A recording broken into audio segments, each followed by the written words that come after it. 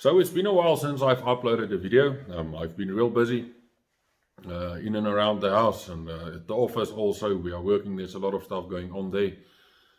But at least me and my son got a short breakaway for a weekend. We went on a hunting trip, so it was a good successful hunting trip. We could bring back some meat. Yeah, it was, we had a real good time. My son also shot a few birds, so yeah, it was good bonding father and son time together. Very important. So yeah, now we're back, all the meat is processed, and that's behind us for now.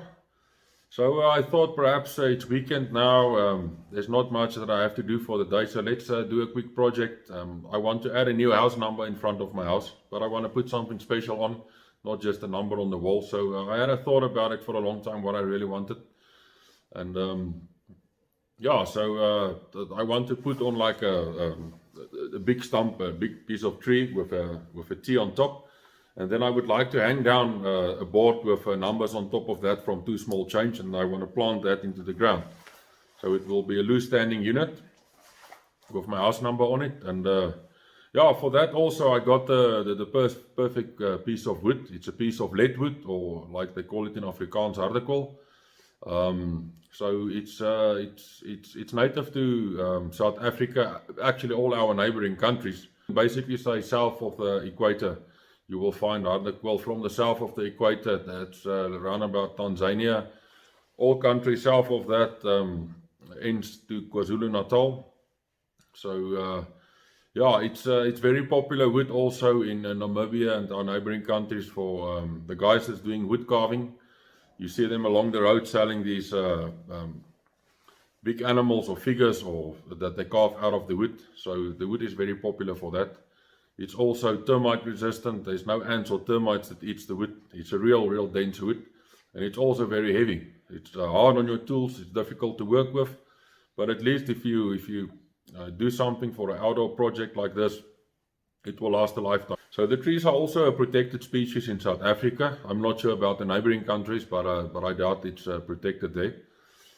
There's not a lot of control there. So this piece of wood that I got also, I think, was imported from one of our neighboring countries. I'm not sure where it came from, but it's just the offcut from a big tree. You can see it's a big tree. So the tree grows about, I would say, 15 to 20 meters high if you get real big trees. And they can get up into 1,000, perhaps 1,100 years old. It's estimated, let's give or take 40 years on that. So it's really, it's living fossils. The trees are getting really old. Beautiful wood, very dense, like I said, and very hard on your tools. So I think this piece of wood that I have is ideal for that. Let me show you a close-up on how the wood looks. So this is the piece of wood that I got. It's about 90 millimeters thick. And what I want to do is I want to cut it here at a 45 mitre to add the other piece in that direction, hang my number from there on, and this end I will plant into the soil up to there, and I think it will make a nice house number.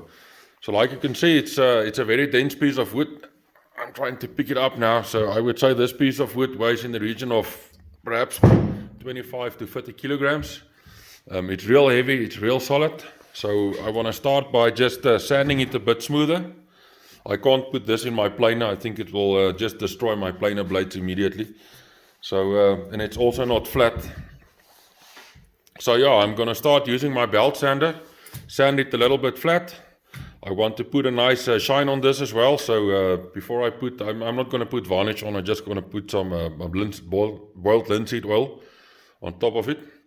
And I'm going to try to cut this also with my miter saw at a 45 angle. So I'm not sure if my miter saw will cut it easy or I will struggle. I think at least it will fit in my miter saw. It will just fit in my miter saw. So yeah, let's start sanding and see how far we can get. So to sand this, I'm going to use my Makita belt sander with a 60 grit sandpaper on. Just want to find a way how to clamp it here in my vise.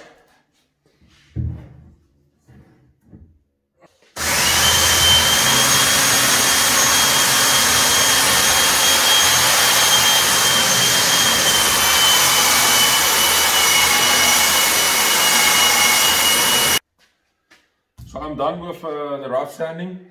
You will see there's still a lot of machine marks left on this piece of wood. I'm not going to worry about that to get all of them removed. The majority of the grain is smooth, and that's what I'm looking for. It's going to be a rustic thing that's going to stand outside in the weather in any case.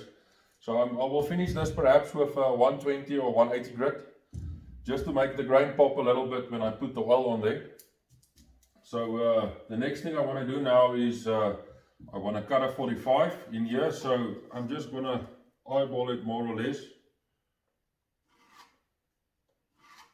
And then from there on, I will do my 45s.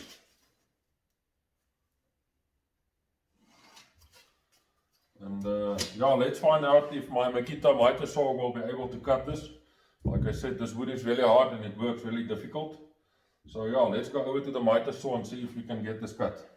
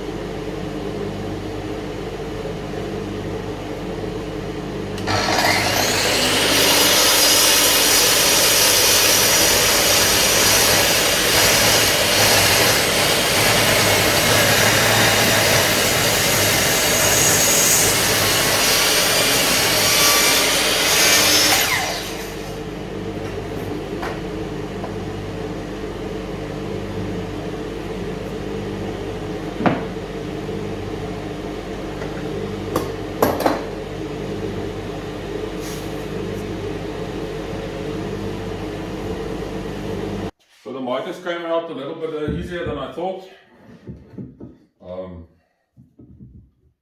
45 looks nice. I'm just going to put this in position. Where's my pencil? Just mark it out for later the alignment, and then I'm going to put one M10 or M12 couch screw from the top to bolt it down onto this, and I'm also going to use this polyurethane glue, Velcotan, to glue this together. So more or less in the middle. Perhaps before I drill the hole, I think I should do the countersink first with a spade bit. I think it will be easier. So let's just check the, and then some space for the spanner. So 25, 26, I think should do the job.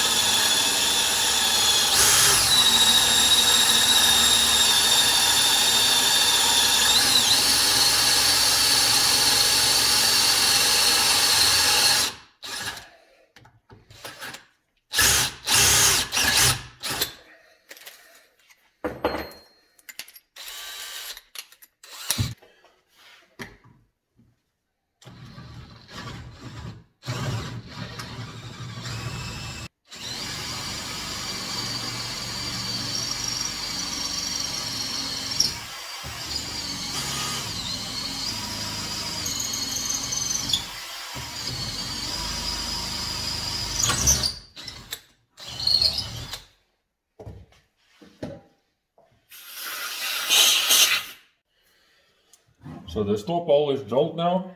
I just want to mark it on the pole itself. I'm going to take my pencil and push it in the hole.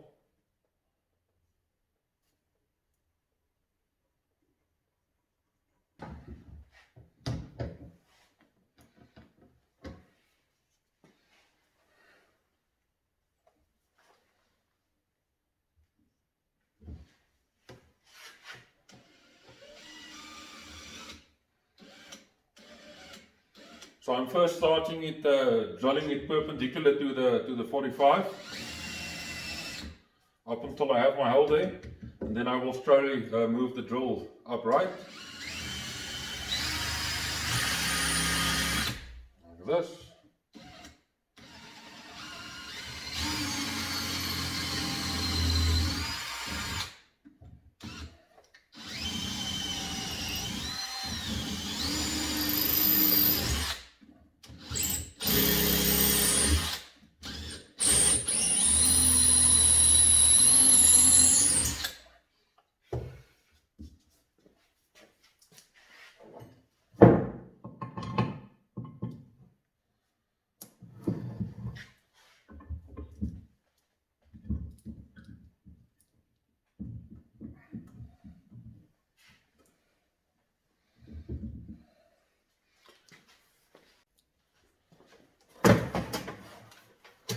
That's 17.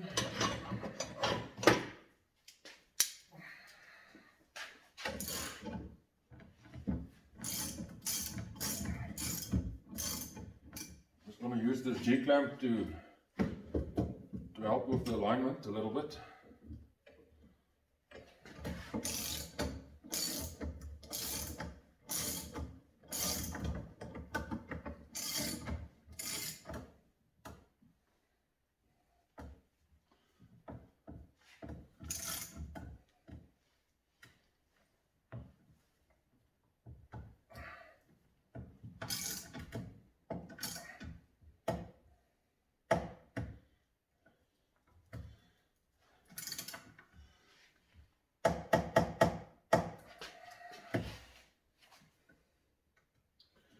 Oh, the fit is alright. So I think if I put the glue on now, I will just round this over a little bit. So I'm happy with the dry fit. So now I'm going to just loosen it and put some glue in. So I'm happy with the dry fit. So the glue that I'm going to use is this Brummer Belcotan glue. It's a polyurethane, 1-part polyurethane glue. It's also water resistant, UV proof. It's very strong glue, normally used for building boats and wooden door frames and things like that. So this will be the ideal glue.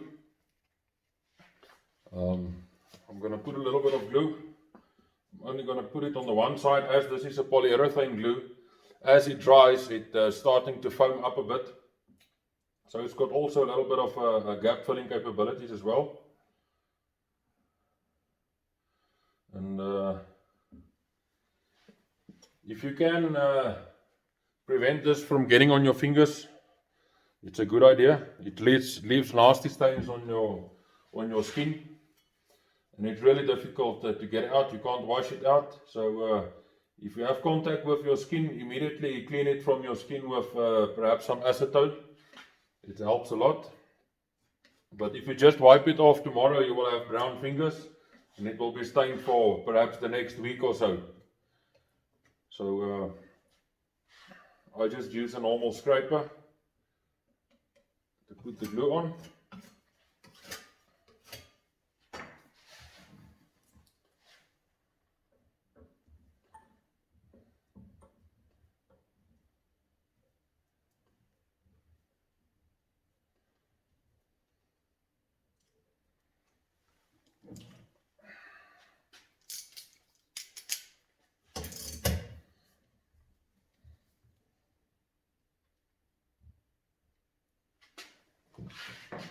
Use a G-clamp to get the alignment.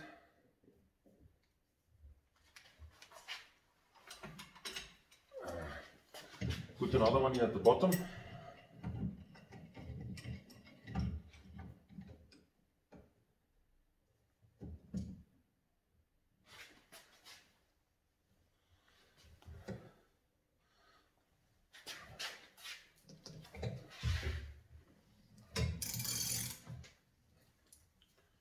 So the screw will have enough clamping force to keep this together.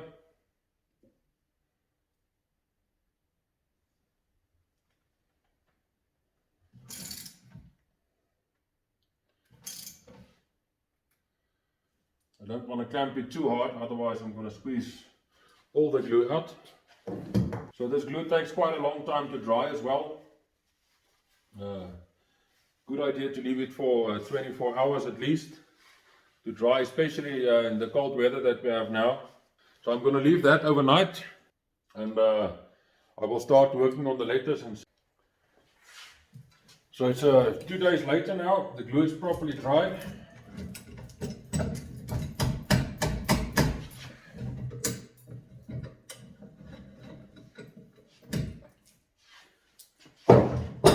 See that polyurethane, it's quite strong, even sticking the clamps to this leadwood.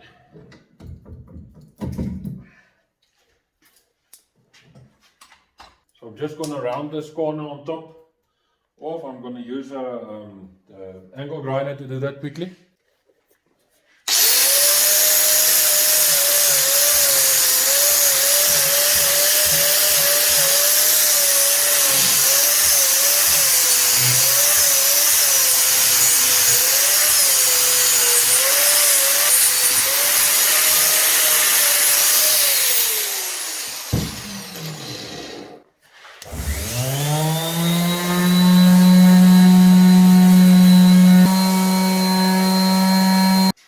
Sanding, it's done. It came out quite nicely. All this needs now, it's a few layers of boiled linseed oil. That will be good enough finish for outside. So now I'm going to work on the plate that I want to hang from here. So I want to put a piece of wood on here. I want to hang it with pieces of chain. So I've got these old rusty chains. I think it will work nicely with the weathered wood. And then for the backing, I want to use this piece of weathered railway sleeper. It's about I would say 50mm thick. Perhaps a word of caution when you're working with railway sleepers is I've cleaned this one now, I've brushed it out and I've pressure washed it, but here you can still see there's a stone that's caught in the cavities of the wood. So even though you can see this one, keep in mind when you cut railway sleepers there will be a lot of sand that's still caught in between the cracks and the crevices on the wood. So normally there's a stigma that they say that the sleeper wood is very hard and it bluntens your tools a lot. That's not the case. It's all the sand and small pieces of rock that's in here, embedded in here, that damage your saw blades. So if you have an old blade and you want to make a rough cut or a cross cut like this, it's a good idea to put in your old blade first and do that. So as I'm only going to do one cut, my blade on my miter saw is fairly old, so I'm just going to use that one as it is. So yeah, let's measure that out and we can start cutting. And then perhaps on the letters, I've decided I'm going to use a 10mm square bar to make the letters from. My house number is 107. So for the 0, I found this ring here at the hardware store. They use this for decorations on security gates and things like that. So I'm going to use this. I think it's about 115mm O-ring. So then I'm going to make a 1 and a 7 on this side for the house numbers. I still think I'm going to finish this. I think I'm just going to polish it a little bit with sandpaper and put a clear lacquer on that so it doesn't rust too much. And then when it's a bit more shiny, it will be in contrast with the railway sleeper that's at the back. But yeah, we'll figure out as we go along. So yeah, let's start with that. I will cut the backing board to length now.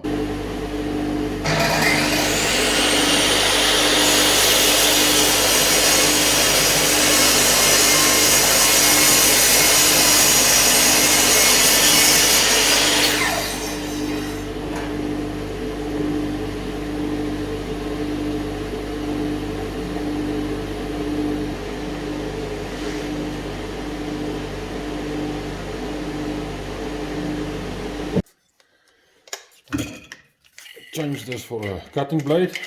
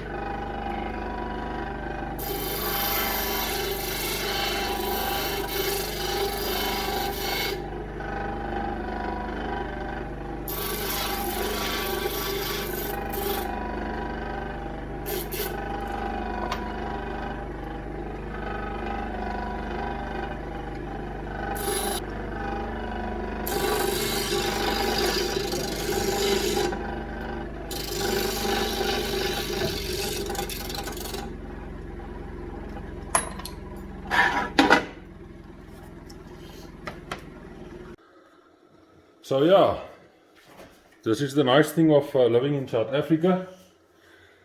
We have a thing called load shedding. So for the next 2.5 hours, we will sit in the dark and spend some family time together. So yeah, hopefully tomorrow evening I can continue, and I'll see you guys then. So I'm just going to use a normal arc weld to do the welding.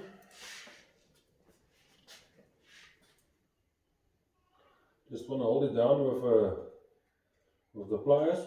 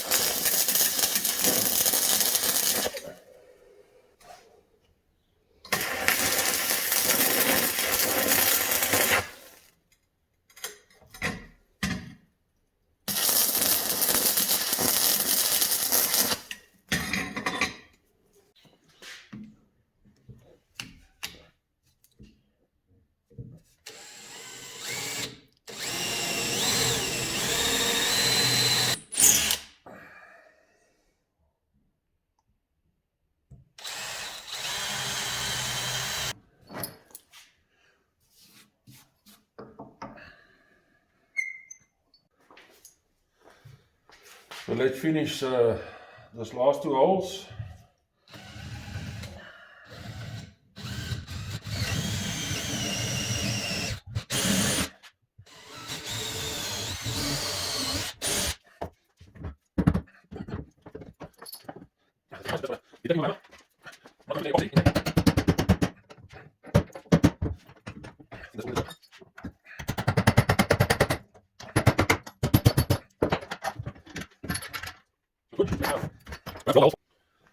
So now I'm going to drill the holes for the numbers. Doesn't have to be precise, but I want to line them up as good as I can. So I'm just using this piece of scrap wood for that. And I'm going to mark them more or less. I think the drill is going to run in any case a lot in the wood because there's so many cracks in the wood. So perhaps it won't be a bad idea. I think I'm going to do it on the drill press. It would be better.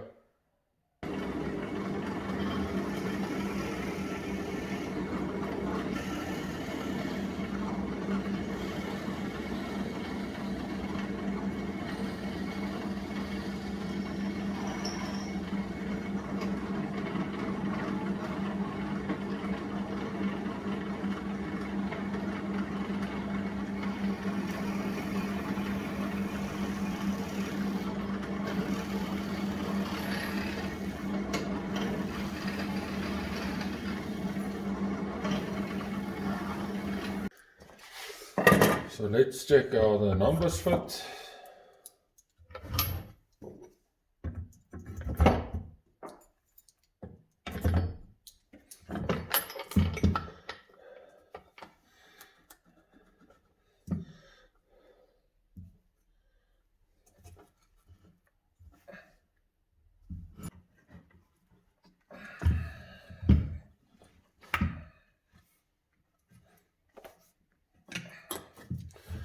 Almost done. I'm happy with the numbers. Let's put it on here.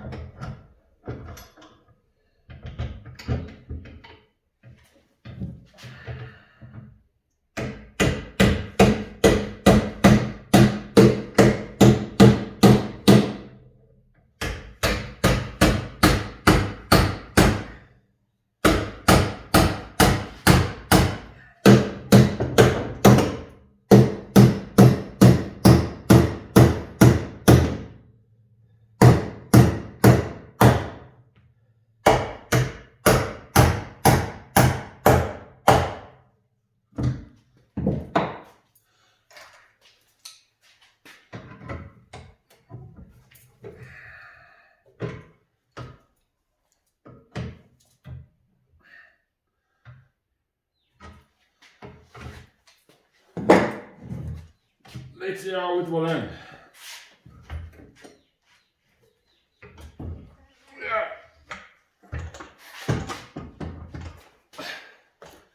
Gee, this is really heavy.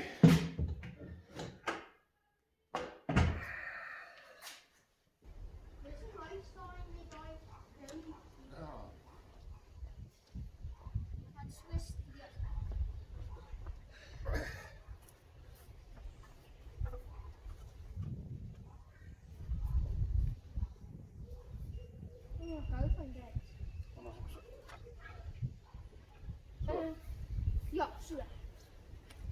Van so like het nice. Sorry? Ja.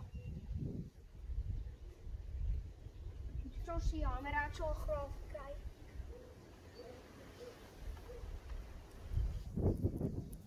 Nog eens reg op. Nie net reg.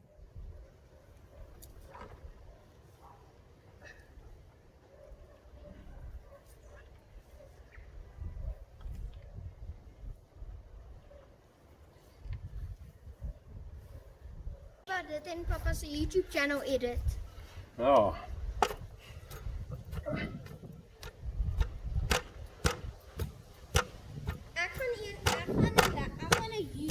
Ek wil regtig 'n YouTuber wees. Ja. Maar YouTubers kan allerhande video's maak. Maar nie video's maak in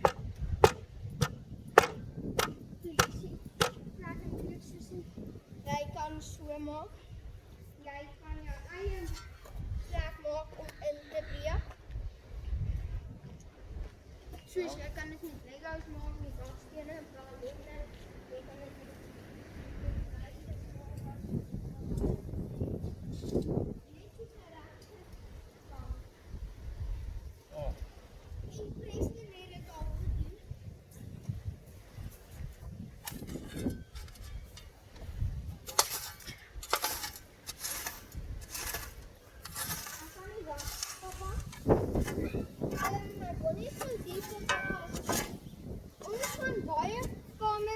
maak vir as ons by 1000 subscribers kry of by oor 1000 subscribers kry want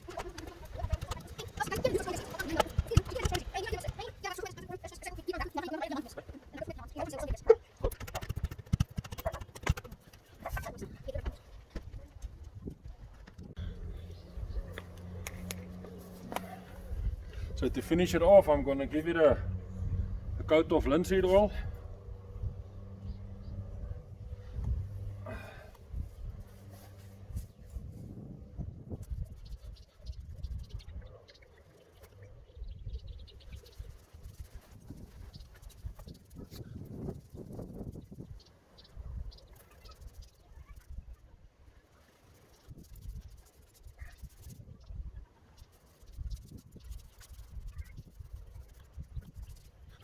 So we've come to the end of this video. I've really enjoyed building it. I hope you guys at home also enjoyed the journey with me. It took a little bit longer than I anticipated. It was supposed to be a quick weekend project.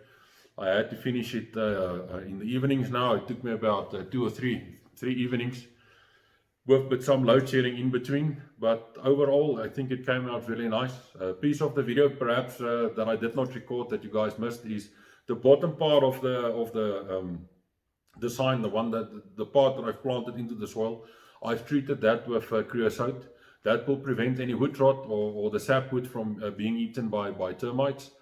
Like I said in the beginning of the video, it's the hardwood. It's very hard. Termites can't eat that. But to preserve the sapwood a bit, that creosote will help a lot with that. If there's anything that you would like to see in the future, put them in the comments down below. If it's in my capabilities, I would like to try perhaps. And yeah, thanks for watching, and I'll see you on the next video. Stay safe out there. Bye bye.